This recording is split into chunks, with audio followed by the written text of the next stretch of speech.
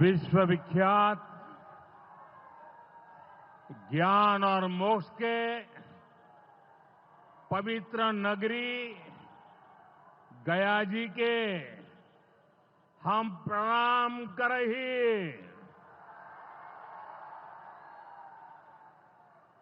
विष्णुपद मंदिर के ई गौरवशाली भूमि पर अपने सबके अभिनंदन करत ही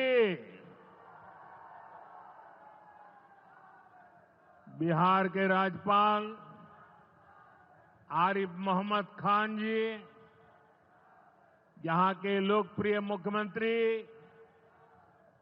नीतीश कुमार जी, केंद्रीय मंत्रिमंडल के मेरे सहयोगी जीतन राम मांझी जी, राजीव रंजन सिंह, चिराग पासवान जी, रामनाथ ठाकुर जी, नित्यानंद राय जी, सतीश चंद्र दुबे जी, राजभूषण चौधरी जी, डिप्टी सीएम सम्राट चौधरी जी, विजय कुमार सिन्हा जी, बिहार सरकार के मंत्रीगण, संसद में मेरे साथी उपेंद्र कुशवाहा जी, अन्य सांसदगण और बिहार के मेरे प्यारे भाइयों और बहनों,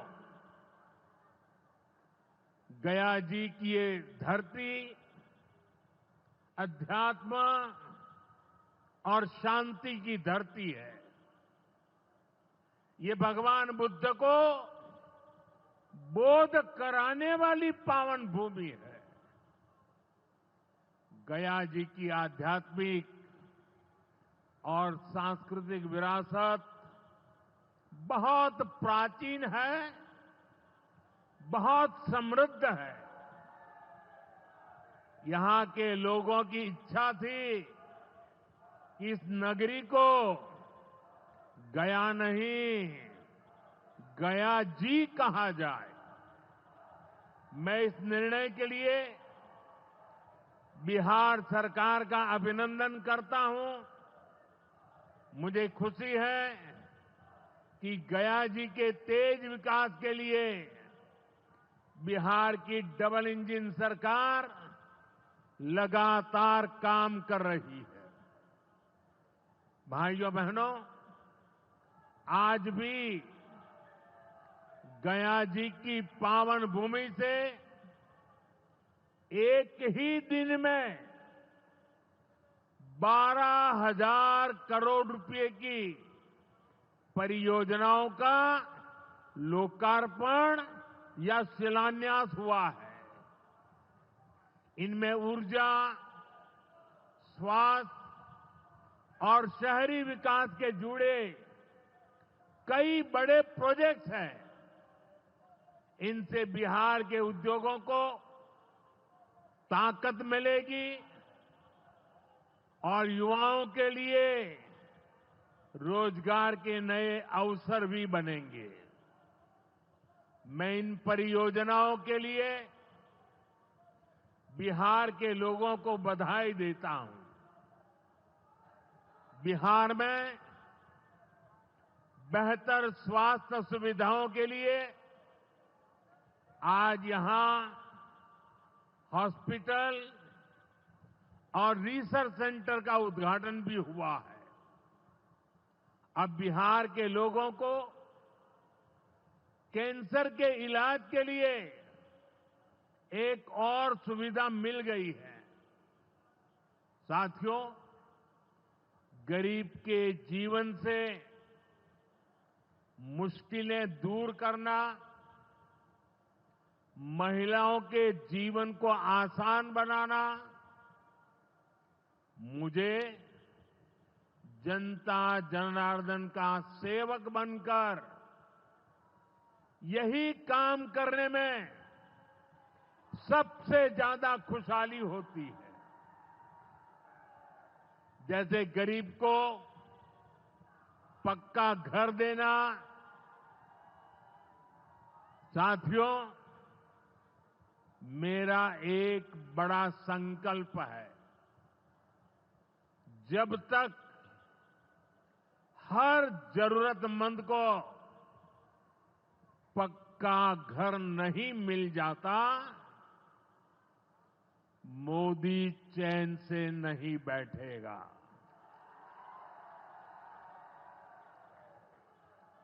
इसी सोच के साथ पिछले 11 साल में 4 करोड़ से अधिक गरीबों को पक्के घर बनाकर दे दिए गए।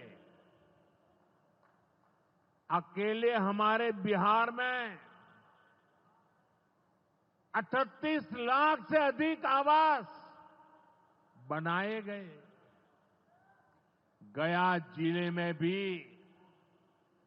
2 लाख से अधिक परिवारों को अपना पक्का घर मिला है। और हमने सिर्फ घर यानी 4 दीवारें नहीं दी, बल्कि उन घरों के साथ गरीब को उसका स्वाभिमान दिया है। इन घरों में बिजली, पानी, शौचालय और गैस कनेक्शन की सुविधाएं दी हैं। यानी गरीब परिवारों की भी सुविधा, सुरक्षा और सम्मान से जीने की गारंटी मिली है। साथियों, आज इसी सिलसिले को आगे बढ़ाते हुए बिहार के मगध क्षेत्र के 16,000 से ज्यादा परिवारों को अपना पक्का घर दिया है। यानी इस बार इन परिवारों में दिवाली और छठ पूजा की रौनक और ज्यादा होगी। मैं अपना घर पाने वाले सभी लाभार्थी परिवारों को बहुत बहुत बधाई देता हूं। और जो लोग अब भी पीएम आवास योजना के लाभ से छूट गए हैं, मैं उन्हें विश्वास दिलाता हूं कि पीएम आवास का अभियान तब तक जारी रहेगा जब तक हर गरीब को अपना पक्का घर नहीं मिल जाता। साथियों, बिहार चंद्रगुप्त मौर्य और चाणक्य की धरती है। जब जब किसी दुश्मन ने भारत को चुनौती दी है, बिहार देश की ढाल बनकर खड़ा हुआ है। बिहार की धरती पर लिया हुआ और संकल्प, ये धरती की ताकत है। इस धरती पर लिया गया हर संकल्प कभी खाली नहीं जाता। और इसलिए तो भाइयों बहनों, जब कश्मीर के पहलगाम में आतंकी हमला हुआ था, हमारे निर्दोष नागरिकों को उनका धर्म पूछ करके मारा गया, मैंने बिहार की इसी धरती से आतंकवादियों को मिट्टी में मिलाने की बात कही थी। आज दुनिया देख रही है, बिहार की धरती से लिया गया वो संकल्प पूरा हो चुका है। आपको याद होगा, उधर से पाकिस्तान हम पर ड्रोन हमले कर रहा था, मिसाइलें दाग रहा था और इधर भारत पाकिस्तान की मिसाइलों को हवा में तिनके की तरह बिखेर रहा था।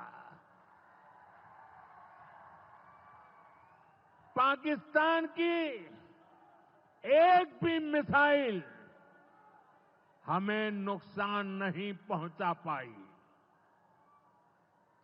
साथियों, ऑपरेशन सिंदूर ने भारत की रक्षा नीति की नई लकीर खींच दी है। अब भारत में आतंकवादी भेजकर हमले करा के कोई बच नहीं सकेगा। आतंकवादी चाहे पाताल में क्यों न छिप जाए, भारत की मिसाइलें उन्हें दफन करके रहेगी। साथियों, बिहार का तेज विकास केंद्र की एनडीए सरकार की बहुत बड़ी प्राथमिकता है। इसलिए आज बिहार चौतरफा विकास के रास्ते पर आगे बढ़ रहा है। बीते वर्षों में पुरानी समस्याओं के समाधान तलाशे गए हैं और नई प्रगति के रास्ते भी बनाए गए हैं। आप याद करिए, लालटेन राज में यहां कैसी दुर्दशा थी। लालटेन राज में एक क्षेत्र लाल आतंक से जकड़ा हुआ था। माओवादियों की वजह से शाम के बाद कहीं आना जाना मुश्किल था। गया जी जैसे शहर लालटेन राज में अंधेरे में डूबे रहते थे। हजारों गांव ऐसे थे जहां बिजली के खंभे तक नहीं पहुंचे थे। लालटेन वालों ने पूरे बिहार के भविष्य को अंधेरे में धकेल दिया था। न शिक्षा थी, न रोजगार था। बिहार की कितनी पीढ़ियों को इन लोगों ने बिहार से पलायन के लिए मजबूर कर दिया था। साथियों, बिहार के लोगों को आरजेडी और उनके साथी सिर्फ अपना वोट बैंक मानते हैं। उन्हें गरीब के सुख दुख, गरीब के मान सम्मान से कोई मतलब नहीं है। आपको याद होगा, कांग्रेस के एक मुख्यमंत्री ने मंच से कह दिया था कि अपने राज्य में बिहार के लोगों को घुसने नहीं देंगे। बिहार के लोगों से कांग्रेस की इतनी नफरत, बिहार के लोगों के प्रति इतनी घृणा, और कोई भूल नहीं सकता। कांग्रेस का बिहार के लोगों के प्रति त्याग, जो दुर्व्यवहार देखने के बाद भी यहां आरजेडी वाले गहरी नींद में सोए पड़े थे। भाइयों बहनों, बिहार की एनडीए सरकार कांग्रेस और इंडी गठबंधन वालों के इस नफरती अभियान का जवाब दे रही है। बिहार के बेटे बेटी को यहीं पर रोजगार मिले, सम्मान की जिंदगी मिले, मां बाप की वो देखभाल कर सके, इसी सोच के साथ हम काम कर रहे हैं। अब बिहार में बड़े बड़े प्रोजेक्ट बन रहे हैं। गया जी जिले के डोभी में बिहार का सबसे बड़ा इंडस्ट्रियल एरिया तैयार हो रहा है। गया जी में एक टेक्नोलॉजी सेंटर की स्थापना भी की जा रही है। आज ही यहां बक्सर थर्मल प्लांट का, पावर प्लांट का शुभारंभ भी हुआ है। कुछ ही महीने पहले मैंने औरंगाबाद में भी Navinagar super thermal power project की आधारशिला रखी थी। भागलपुर के पीरपैंती में भी नया थर्मल पावर प्लांट बनेगा। इस पावर प्लांट से बिहार में बिजली की आपूर्ति बढ़ेगी। और आप सब जानते हैं, जब बिजली उत्पादन बढ़ता है तो क्या होता है? घरों में बिजली की सप्लाई बढ़ती है और उद्योगों को भी ज्यादा से ज्यादा बिजली मिलती है और इससे भी रोजगार के नए मौके बनते हैं। साथियों, बिहार के युवाओं को पक्की सरकारी नौकरी देने के लिए नीतीश जी ने बड़ा अभियान चलाया हुआ है। ये नीतीश जी हैं, तभी यहां शिक्षकों की भर्ती भी पूरी पारदर्शिता से हुई। साथियों, यहां के नौजवानों को ज्यादा से ज्यादा संख्या में बिहार में ही रोजगार मिले, उन्हें नौकरी के लिए पलायन न करना पड़े, इसमें केंद्र सरकार की एक नई योजना से भी बहुत बड़ी मदद मिलने वाली है। अभी पिछले सप्ताह इस 15 अगस्त से ही देश भर में प्रधानमंत्री विकसित भारत रोजगार योजना लागू हुई है।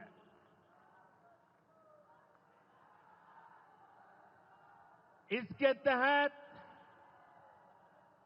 हमारे युवा जब निजी क्षेत्र में पहली नौकरी करेंगे तो केंद्र सरकार उन्हें अपने पास से 15,000 रुपये देगी। जो प्राइवेट कंपनियां युवाओं को रोजगार देगी, उन्हें भी अलग से पैसे सरकार देगी। इस योजना का बहुत बड़ा लाभ बिहार के मेरे युवाओं को भी होगा।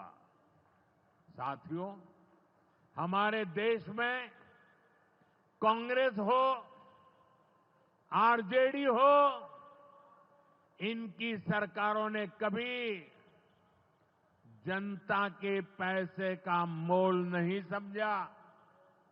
इनके लिए जनता के पैसे का मतलब रहा है खुद की तिजोरी भरना।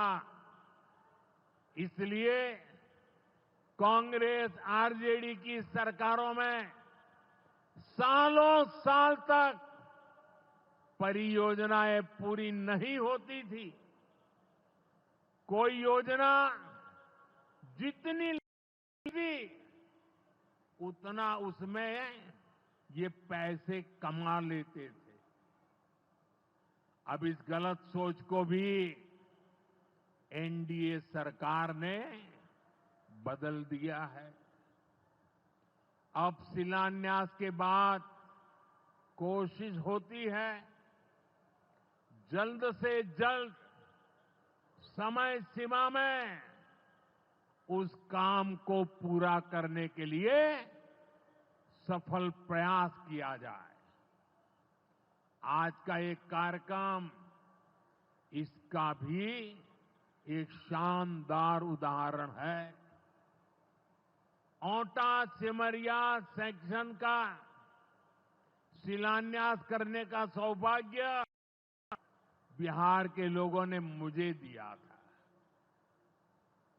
और आप लोगों की कृपा देखिए, आप लोगों का प्रेम देखिए कि जिस ब्रिज का शिलान्यास आपने मुझे करने के लिए कहा, आज इसका लोकार्पण करने का अवसर भी आपने मुझे दिया है। ये पुल सिर्फ सड़कों को नहीं, पूरे उत्तर और दक्षिण बिहार को जोड़ने का काम करेगा। जो भारी वाहन पहले गांधी सेतु से होकर 150 किलोमीटर का लंबा चक्कर काटते थे, अब सीधा रास्ता पाएंगे। इससे व्यापार तेज होगा, उद्योगों को ताकत मिलेगी और तीर्थयात्रियों का भी पहुंचना आसान होगा। विकास के जिन प्रोजेक्ट की नींव एनडीए सरकार में रखी जाती है, वो पूरा होकर रहेंगे, ये बात पक्की है। साथियों, एनडीए की डबल इंजन सरकार यहां रेलवे के विकास के लिए भी तेजी से काम कर रही है। अमृत भारत स्टेशन योजना के तहत गयाजी रेलवे स्टेशन को आधुनिक बनाया जा रहा है। इससे गयाजी रेलवे स्टेशन पर यात्रियों को एयरपोर्ट जैसी सुविधाएं मिलेगी। आज गया वो शहर है जहां राजधानी, जनशताब्दी और made in India Vande Bharat ट्रेनों की सुविधा उपलब्ध है। गयाजी, सासाराम, प्रयागराज, कानपुर होते हुए दिल्ली तक सीधा कनेक्शन बिहार के युवाओं को, यहां के किसानों को, यहां के व्यापारियों के लिए नई संभावनाएं बना रहा है। भाइयों और बहनों, आपके आशीर्वाद से, देश के अटूट भरोसे के कारण साल 2014 में प्रधानमंत्री के तौर पर शुरू हुआ मेरा सेवा काल, ये सेवा काल निरंतर जारी है। इतने वर्षों में हमारी सरकार पर भ्रष्टाचार का एक भी दाग नहीं लगा। जबकि आजादी के बाद कांग्रेस की सरकारें जो 60-65 साल तक सरकार में रही है, उनके भ्रष्टाचार की लंबी लिस्ट है। आरजेडी का भ्रष्टाचार तो बिहार का बच्चा बच्चा जानता है।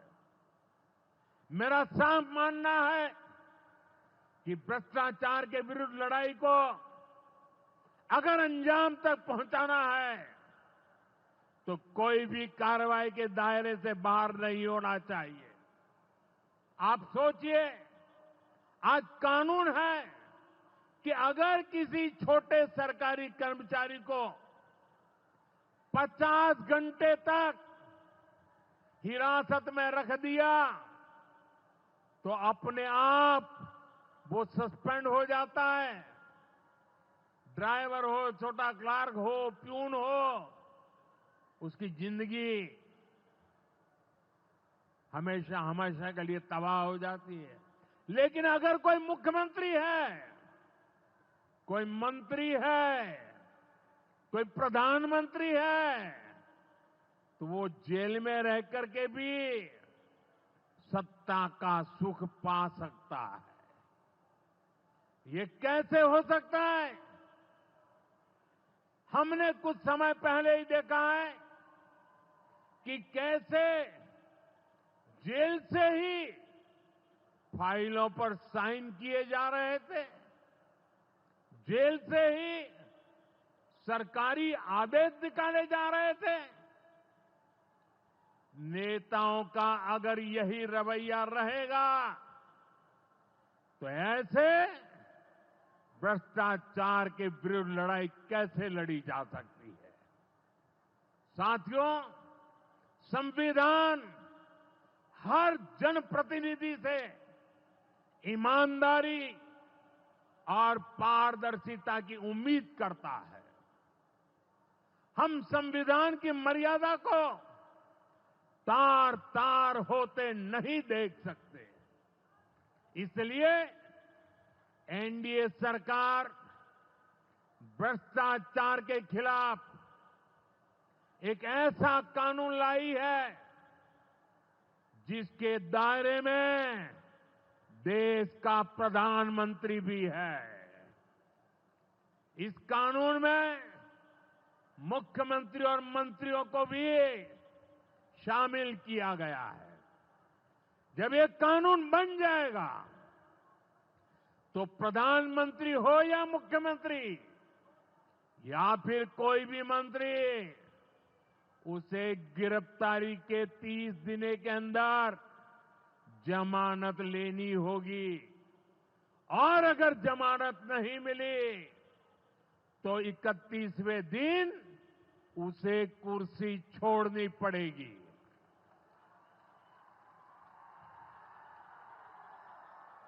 आप कहिए भाइयों, जो जेल जाए उसने कुर्सी छोड़नी चाहिए कि नहीं छोड़नी चाहिए? क्या वो कुर्सी पर बैठे रह सकता है क्या? क्या वो सरकारी फाइलों पे साइन कर सकता है क्या? क्या जेल में से कोई सरकार चला सकता है क्या? और इसलिए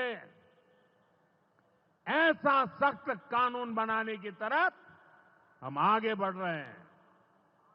लेकिन साथियों, ये आरजेडी वाले, ये कांग्रेस वाले, ये लेफ्ट वाले इस कानून का विरोध कर रहे हैं।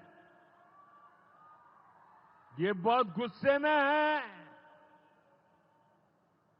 और कौन नहीं जानता उनको किस बात का डर है। जिसने पाप किया होता है वो अपने पाप को दूसरों से छुपाता है, लेकिन खुद को भीतर से जानता है कि क्या खेल खेला है। इन सब का भी यही हिसाब है। ये आरजेडी और कांग्रेस वाले कोई बेल पर बाहर है, कोई रेल के खेल में अदालत के चक्कर लगा रहा है और जो जमानत पे बाहर घूम रहे हैं भी आज इस कानून का विरोध कर रहे हैं। इन्हें लगता है कि अगर जेल चले गए तो इनके सारे सपने चकनाचूर हो जाएंगे और इसलिए सुबह शाम ये लोग मोदी को भांति भांति की गाली दे रहे हैं और इतने बौखलाए हुए हैं कि इस जनहित के कानून का विरोध कर रहे हैं।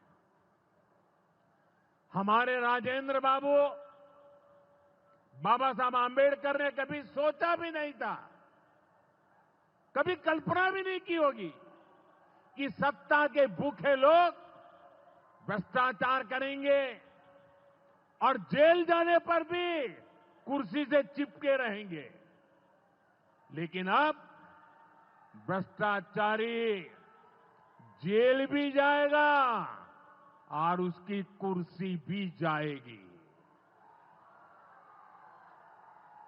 भारत को भ्रष्टाचार से मुक्त होने का संकल्प देश के कोटि कोटि लोगों का है। ये संकल्प सिद्ध होकर रहेगा। साथियों, मैंने लाल किले से एक और खतरे की बात की है और ये खतरा बिहार पर भी है। देश में घुसपैठियों की बढ़ती संख्या चिंता का विषय है। बिहार के सीमावर्ती जिलों में तेजी से डेमोग्राफी बदल रही है। इसलिए एनडीए सरकार ने तय किया है कि देश का भविष्य घुसपैठियों को नहीं तय करने देंगे। घुसपैठियों को बिहार के युवाओं के रोजगार नहीं छीनने देंगे। जिन सुविधाओं पर भारतीय लोगों का अधिकार है, उस पर घुसपैठियों को डाका नहीं डालने देंगे। इस खतरे से निपटने के लिए मैंने डेमोग्राफी मिशन शुरू करने की बात कही है। बहुत जल्द ये मिशन अपना काम शुरू करेगा। हम हर घुसपैठियों को देश से बाहर करके ही रहेंगे। आप मुझे बताइए, एक घुसपैठियों को निकालना चाहिए कि नहीं निकालना चाहिए? क्या ये घुसपैठिए आपका रोजगार छीनने आपको मंजूर है? एक घुसपैठिए आपकी जमीन पे कब्जा कर ले आपको मंजूर है? एक घुसपैठिए आपका हक छीन ले आपको मंजूर है? बिहार के आप सभी लोग देश के भीतर बैठे घुसपैठियों के समर्थकों से भी सावधान रहिए। जान जाइए कौन घुसपैठियों के साथ खड़ा है। कांग्रेस और आरजेडी जैसे दल बिहार के लोगों का हक छीनकर घुसपैठियों को देना चाहते हैं। तुष्टीकरण के लिए, वोट बैंक को बढ़ाने के लिए कांग्रेस आरजेडी वाले कुछ भी कर सकते हैं, कितने ही नीचे जा सकते हैं। इसलिए बिहार के लोगों को बहुत सतर्क रहना है। साथियों, हमें हमारे बिहार को कांग्रेस आरजेडी की बुरी नजर से बचाकर रखना है। बिहार के लिए ये समय बहुत अहम है। बिहार के युवाओं के सपने पूरे हो, बिहार के लोगों की आकांक्षाओं को नई उड़ान मिले, इसके लिए केंद्र सरकार और नीतीश जी के साथ हम कंधे से कंधा मिलाकर बिहार के कल्याण के लिए काम कर रहे हैं। बिहार में विकास की गति बनी रहे, इसके लिए डबल इंजन की सरकार लगातार मेहनत कर रही है। आज के विकास प्रोजेक्ट इसी दिशा में महत्वपूर्ण कदम है। मैं एक बार फिर इन परियोजनाओं के लिए बिहार को बहुत बहुत बधाई देता हूं। मेरे साथ बोलिए, भारत माता की, भारत माता की, भारत माता की। बहुत बहुत धन्यवाद।